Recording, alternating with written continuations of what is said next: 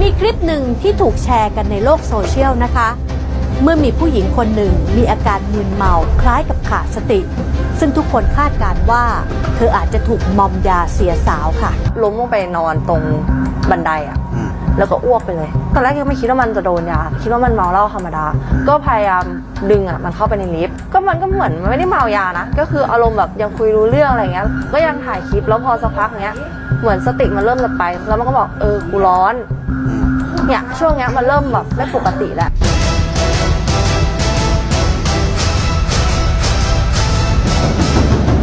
และนี่ไม่ใช่เพียงแค่เหตุการณ์เดียวเพราะหลังจากคลิปนี้ถูกเผยแพร่ออกไปก็มีคนโพสต์คลิปเพื่อนสาวของตัวเองที่ทำงานในสถานที่บันเทิงว่าโดนหยอดยาเสียสาวเหมือนกันซึ่งมีอาการตรงกับคลิปแรกอย่างมากเอามันไปลาดตัวอาบน้ำสภาพยังไม่ใช่เมาหนมเนี่ยไม่ใช่หนมแน่นอนมันเป็นอะไรมันอ้วกไปหรอน้ำไหลเลยเหรอวะเอามันไปล้างลาดตัวอาบเลยอ่ะเอาไหม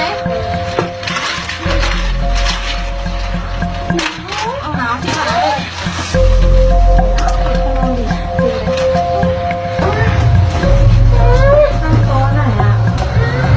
คุณผู้ชมจะสังเกตได้ว่าอาการของหญิงสาวทั้งสองคลิปนี้ต่างมีอาการคล้ายกันคือเหมือนมึนเมาไม่มีสติบ่นว่าร้อนจนอยากถอดเสื้อผ้า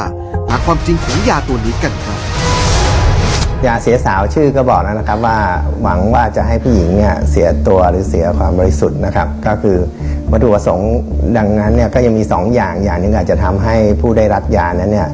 หมดสติไม่รู้สึกตัวเช่นยาในกลุ่มยานอนหลับยาที่ทำให้ไม่รู้สึกตัวทั้งหลายนะครับแล้วก็อีกกลุ่มหนึ่งก็คือหวังว่าจะทำให้ผู้หญิงมีอารมณ์นะครับมี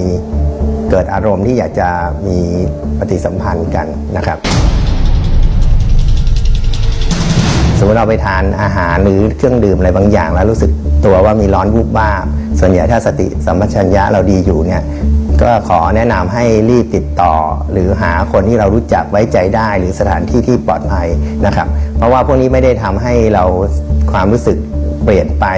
สติสัมปชัญญะเปลี่ยนไปวันถ้าในช่วงแรกถ้าเกิดเขาไม่ได้ใส่ยาตัวอื่นเราก็จะไม่มีปัญหาอะไรสักพักฤทธิ์ต่างๆก็จะหมดไปแต่ถ้าเกิดเขาหวังร้ายมียานอนหลับมีอะไรด้วยถ้าเราหาที่ปลอดภัยหาคนที่ปลอดภัยอยู่ด้วยเนี่ยก็จะทำให้เราพ้นจากอันตรายนั้นๆนะครับดังนั้นคุณผู้ชมที่ชมอยู่ก็ควรระมัดระวังตัวเองในการไปเที่ยวสถานที่กลางคืนให้มากขึ้นนะครับหรือทางที่ดีควรจะมีคนที่ไว้ใจไปด้วยเพื่อคอยเป็นหูเป็นตาให้กันและกันก็จะเป็นการปลอดภัยที่สุดครับคนสมัยนี้รู้หน้าไม่รู้ใจจริงๆนะคะ